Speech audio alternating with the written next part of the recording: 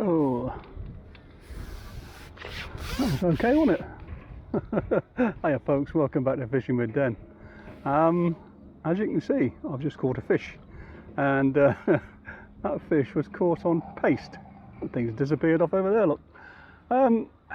Yeah, so I'll try and paste fishing today, you know, that sloppy stuff that you use on the pole. This is my first bite, and it was a decent bite. It wasn't one of those flashy gazunders that you know, these things are famous for, where he just said from that. It went quite nicely. Hopefully you'll get to see it on that camera down there. I've been fishing for probably 20 minutes or so, and the plan was to just see if paste fishing works on a sort of a natural venue, because of course it's famous for catching fish on commercials, but I don't fish commercials and I've got none to go with. So I've come down to my local pond, one of the ones I fish fairly regularly these days, and I thought I'd give it a go. And here we are, as I say, probably 20 minutes in, and I got a fish. First bite. I'm still messing around a little bit. I have to say, I'm not the world's most expert thing on fishing with a paste float, but I'll show you a bit more about this shortly. Come on, get out of there. There's actually a drop off, a bit of a sort of a slope that goes down, and then it just goes flat, but down into there's also rocks and things, so got to be a bit careful about this. But that's quite a decent fish, isn't it, to start off with? And of course paste fishing is noted for catching some great big lumps, and there are some great big lumps in here, so looks positive, doesn't it? There we go, got him. So first fish, we'll get him off the hook and I'll show you what I'm talking about. He's probably, oh, I don't know, and in fact I've caught him under the chin, look. So maybe we shouldn't count that necessarily as the first one, but anyway, we will. So what is paste fishing then? Well, for those of you that don't go match fishing, and I know that's quite a few of you, paste fishing is, hang on, I'll show you.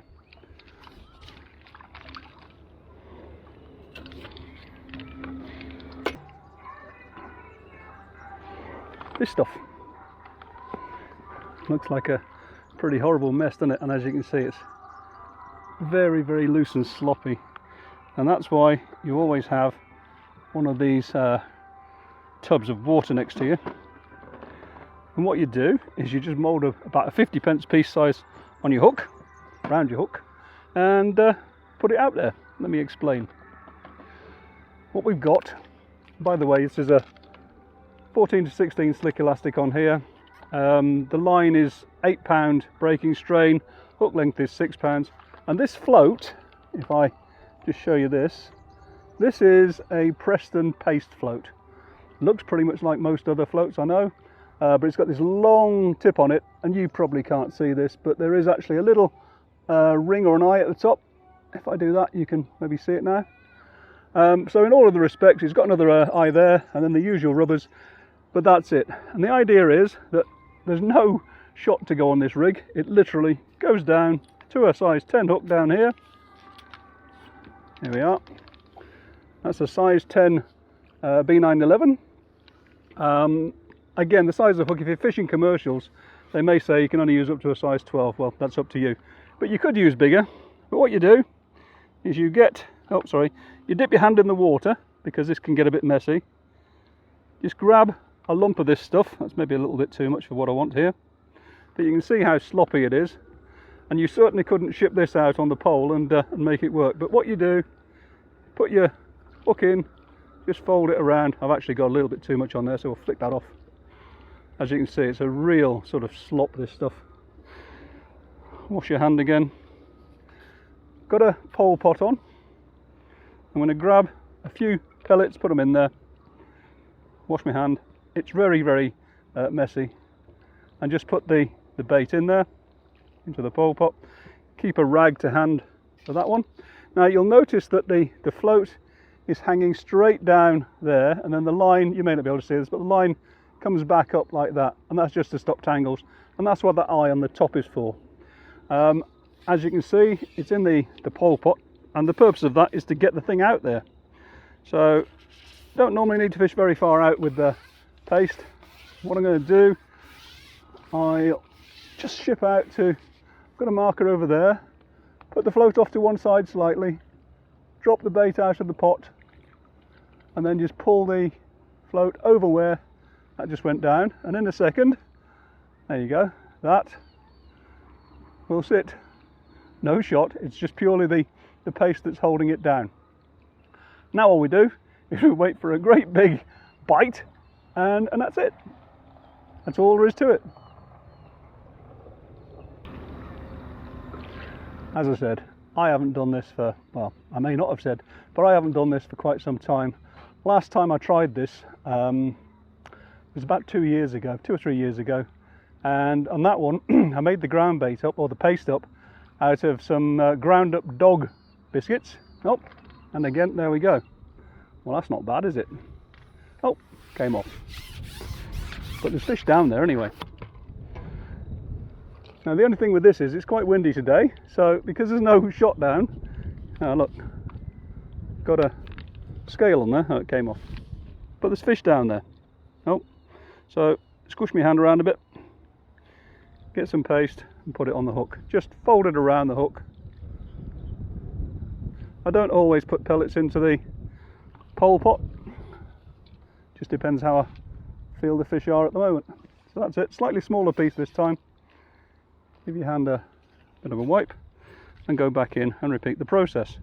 So yeah, last time I tried this 2-3 years ago, I used that dog biscuit ground up, and unfortunately it seems to have had either some meat or fish content, because all I caught on that day was loads of eels and turtles, which wasn't much fun. I think I had maybe 1 or 2 carp, but that was it. So there's no back shot either between the pole tip and the float. The idea is just the line between that just being free, because obviously you've got the eye on the top of the float. Anyway, back to the paste then. This time what I've done, I've just used Den's basic ground bait, of which I've got some here. The only difference is that I've ground it up a bit finer in the old coffee grinder. If you haven't seen Den's homemade ground bait, I'll put a link up now so you can see that. But basically it's just some ground up chicken layer pellets, a bag of breadcrumbs, and 2 or 3 teaspoons, sorry, not teaspoons, dessert spoons of turmeric. But makes a good ground bait. It also seems to make quite a good paste actually. I'll show you how it mixes up shortly once I've got rid of this batch, because I'm only making it up in small batches, and we'll just see how we go then, eh?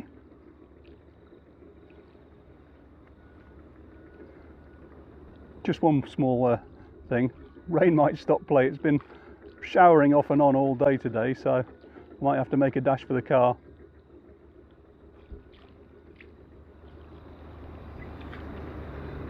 Haven't had a bite for a minute or so this time, so just for those of you that are thinking, well, how does he know when the paste come off it's that sloppy? If I just do that, you can maybe now see that when the paste comes off, the float just lays flat in the water. It's completely flat, look. So that's how you know when your bait's come off. It doesn't take much to get this bait to come off either, trust me.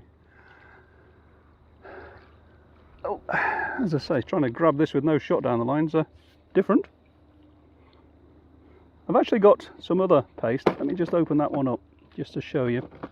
Exactly the same mix, but this time I mixed it with slightly less water, and so it is actually more of a sort of a traditional paste. In fact, just for the sake of argument, let's just try a small piece of that. I've had those 2 fish, one under the chin and one foul hooked, so this one will stay on somewhat better. As I say, it's got less water in it. I'll put some chicken layer pellets in, again the standard sort of ones with some turmeric on. Put that in there and we'll try that. As I say, I have no idea how well or how badly this is going to work. I mean, this is a natural venue. Oops, he said just throwing all his pellets out of the pot. Natural venue, and it's not something I normally do, this paste fishing, so as I keep probably saying, I'm not going to pretend to be any kind of expert at it, but I'm hoping it'll work, because it just gives me another string to my bow for certain occasions, maybe certain matches, and if nothing else, gets me out for the day, doesn't it? Just hope that rain doesn't come back. One of the things you do have to be aware of with these paste fishing expeditions is you are always going to miss bites on paste. You're waiting for a straight under mostly. Don't be striking at any sort of dibs and dobs. Just what you want is poof, gone.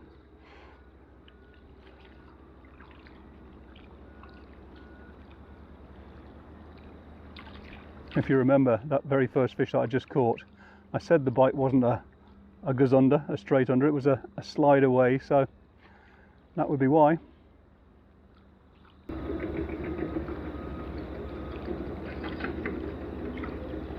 Oh, was a again shot down to the tip and I hit it when I probably shouldn't have, but well, we seem to have got it. See how we go. Hopefully this one's in the mouth, although who knows.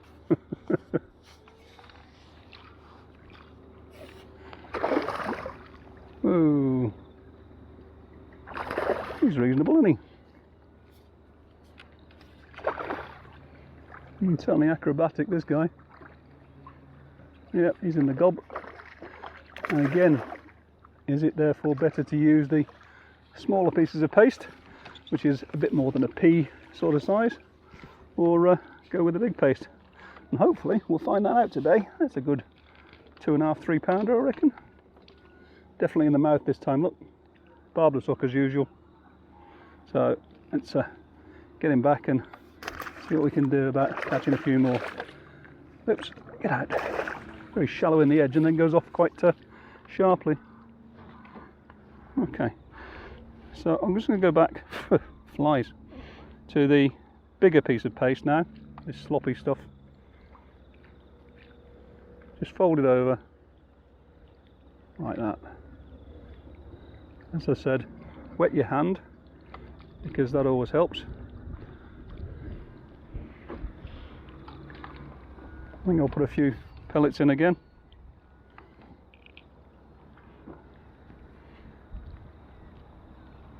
There we go. As you can see, by having the float hanging straight down from the rod tip and the pole pot just a little bit back, it creates a sort of a V shape or a U shape, and that just stops you getting tangled. Now I know some people do it slightly differently these days and that works, but this always worked for me, so we'll go with what works.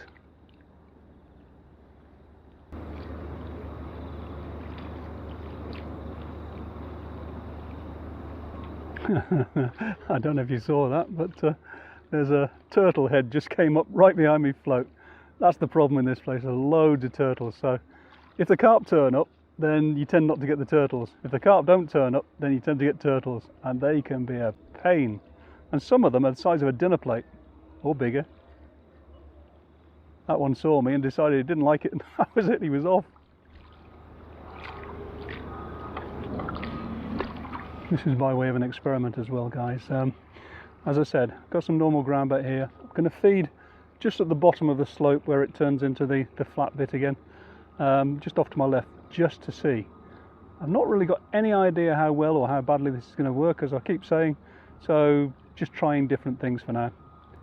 Just so you know, the contours here very much like a commercial actually, although it's a natural venue. You've got a fairly shallow edge, then it goes down quite steeply and then just goes pretty flat again for about, well, most of the way out actually. It's probably no more than 5 feet deep as a pond, 4 feet in the main. Well, that's interesting, isn't it? I've had those 3 fish fairly sharpish, and now it's gone very quiet out there. Now I've been chopping and changing, as you've seen, with the sloppy big baits and the smaller pea-sized harder consistency baits, but I'll just go back and try the pea-sized one, see how that goes. It may be that they just don't like the idea of something that big, but carp are carp.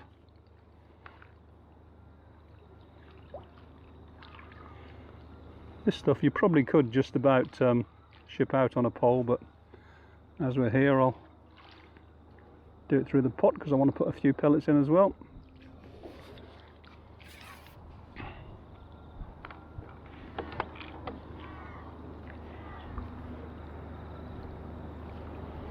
There we go. All a learning curve, all a learning curve. And I'm starting to feel drops of rain in the wind again, so I'm just hoping we don't get another torrential downpour like we had earlier, which you didn't see, but trust me, it was pretty torrential. Right, even the small pea-sized stuff cocks the float quite nicely, so yeah. Oh, this is a Preston number 2 paste float, by the way. I did actually put some shot on it to have a look at one point, and it takes probably something like 2 or 3 number 6s if you wanted to put any shot on it. I just wanted to see, but obviously I've got no shot on the float for the reasons I explained earlier. That's bouncing away there. I don't know if it's me or what. It's a bit windy, and so it's making it a bit difficult to control, but you know, I'm half thinking that's some kind of bite, but yeah.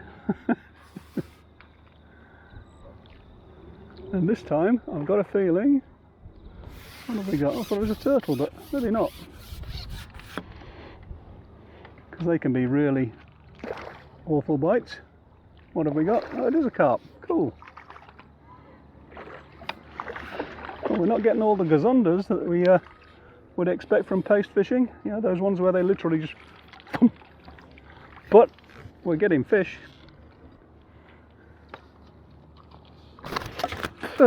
Thanks, fish. And that one's actually swallowed it, but I don't know how many fish that is now. Is it 3, 4, something like that? We're catching a few, aren't we? And his fin's caught in that thing again. And his anal fin's caught as well. Right, well, having a few fish, certainly. He took off, didn't he? Right. Get back in there and do it again. Okay, well, we've got some more bait on. Getting crawled on by something. I'm going to keep with the small pea-sized stuff for now. It's quite good. But I am going to keep putting the pellets in with it as well. Still need the water because you get turmeric all over your hands and you don't want to get that in your eye because it stings. Okay, so what was that then, 4? We'll keep feeding that swim off to the left, just at the bottom of the slope. See how we go with that. But at least we are getting some kind of results from this one. Well, that's not bad either. There we go. As I say, just keep putting small little nuggets in. I've got a marker just over there, maybe a little bit further out than that then. It wasn't so good. As I say, oops, is that a bite? Ground bait, that sort of thing there. So all the same bait, it's just different consistencies really. Some as paste, some as stiffer paste, and some as ground bait, which will break up in the usual way on the bottom. And of course we've got the chicken layer pellets with the turmeric on as well.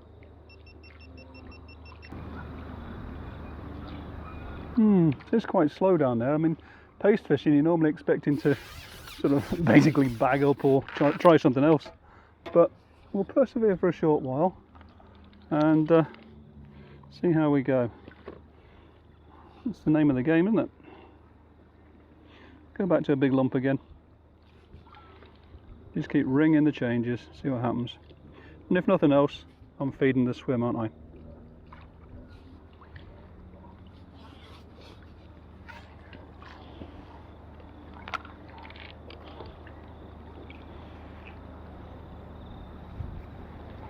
Just make sure I don't catch anything on the way out there, like grass, because that will pull the line out of the bait, or the hook out of the bait rather.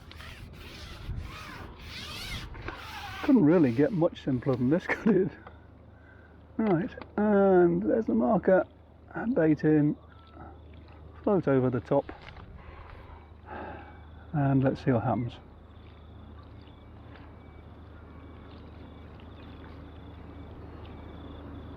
I think next go, if I don't get one this go, we'll have a go down on the inside swim down here and just try.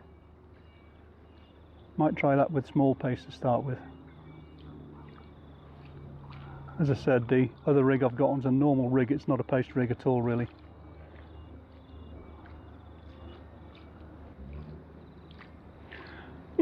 Well, it does rather seem to have died on this swim.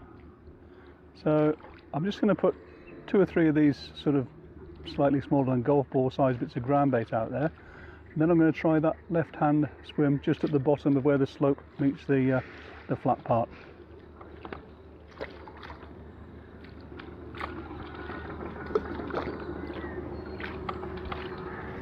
Right, strike that off and try the other rig.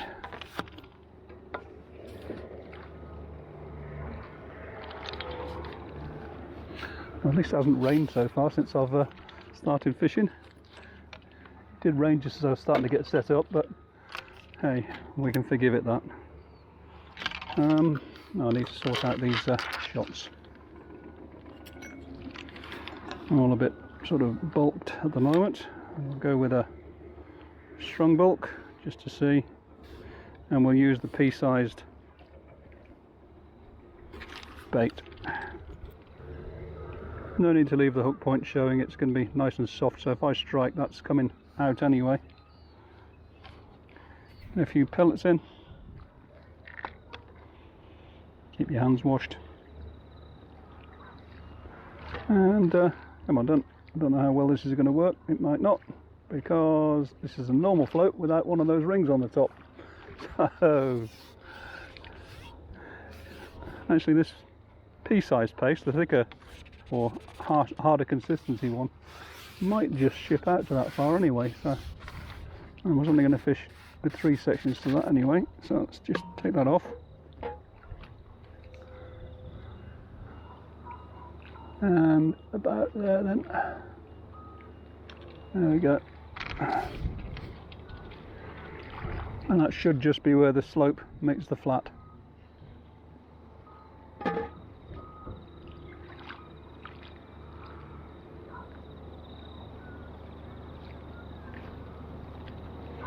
I'll move the zoom camera if I start getting bites down there. It's a bit of a pain to do the... Ooh, is that a bite? Nah, maybe, I don't know. Let's see, try again. Definitely went under.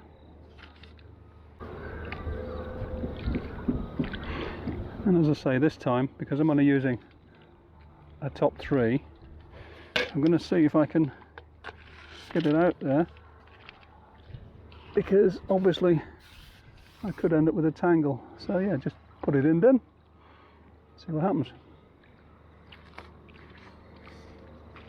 About there. That seems to be on the bottom.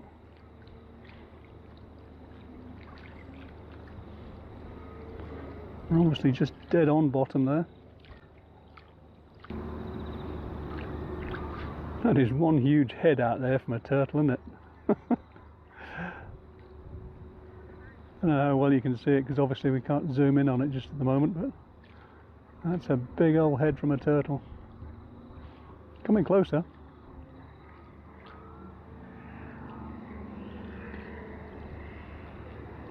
There he goes.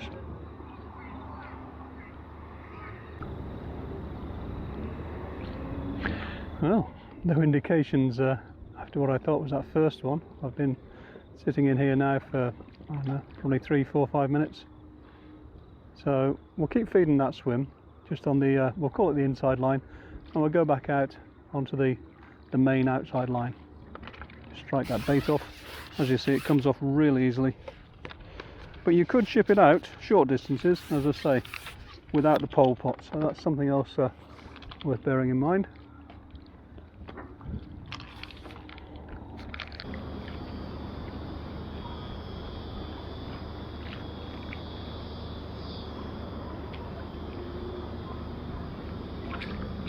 Oh, Well, he's off, isn't he?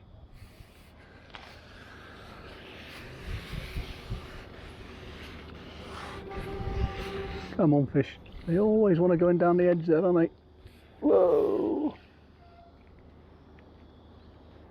Decent fish, isn't he? I say decent, I mean he's probably no more than 4 or 5 pounds, but hey, I like catching them.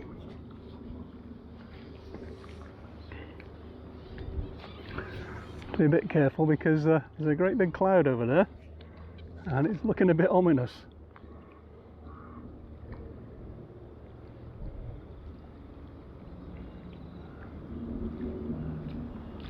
Come on.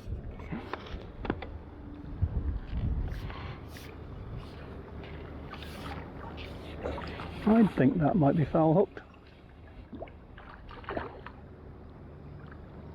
I think it's in his gill cover. Well, they're around. Yeah, just above the pectoral fin. Can you see that? Just here, look. There we are. Well, it's 5 anyway. We're certainly attracting fish. The question is, would I be better off just fishing normally and using a piece of sweet corn? Well, just a bit concerned about that weather. It does seem that the smaller but harder paste is performing better. And I know in commercials when I fished it in the UK, quite often great big blobs of soft paste would do it. Sometimes so soft it was almost impossible to keep on the hook, but anyway, that's another story. Put that over the top, see what happens. I'm definitely concerned about that clouds over there. We might have to cut this one short. But we've had 5 fish anyway so far. I've kept feeding just down here with the ground bait, so I'll see if we can get a bit of a dibble in there and see how we go, but I don't know if we'll have the time.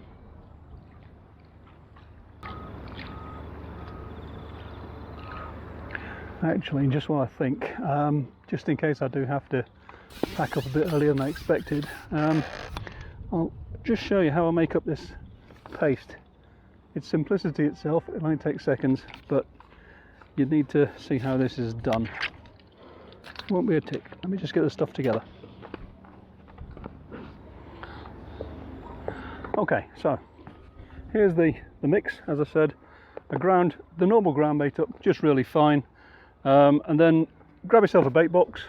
Any old bait box will do. Get a measuring container. Again, doesn't really matter what size. I think this is 250 ml, and that's full of water. Put it in. I've taken a 250 ml, same size container, out of that ground bait there, and all I'm going to do is just dump it like that. And then this is going to look disgusting and like the sort of thing you'd never do if you were making ground bait. Okay, just make sure you got it all mixed in. Hopefully I'm getting this on the camera for you. This is to make the really sloppy ground bait, and you can see already we've got a really good slop. There it is. Now if you leave that 10 to 20 minutes, you'll end up with what I've got down here, which is this one, and this one was actually made last night, so it's a different sort of shade of this, but you know, that'll actually now turn into exactly what I just showed you. If you want to go with this ball of stuff, all you do is, instead of using the full to the lip of one of these containers, these are 250 ml. I think I just put 200 ml. There's a thing on the side there, 200 ml of that into the mix, and that gives you the slightly stiffer mix, and that's all there is to it.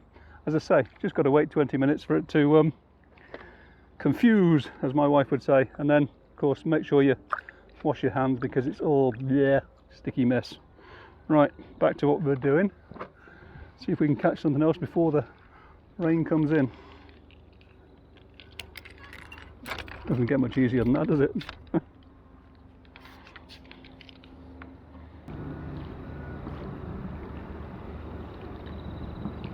Ooh. That's the sort of bite you get from a paste bite. Woof. Oh dear. Makes you jump, doesn't it?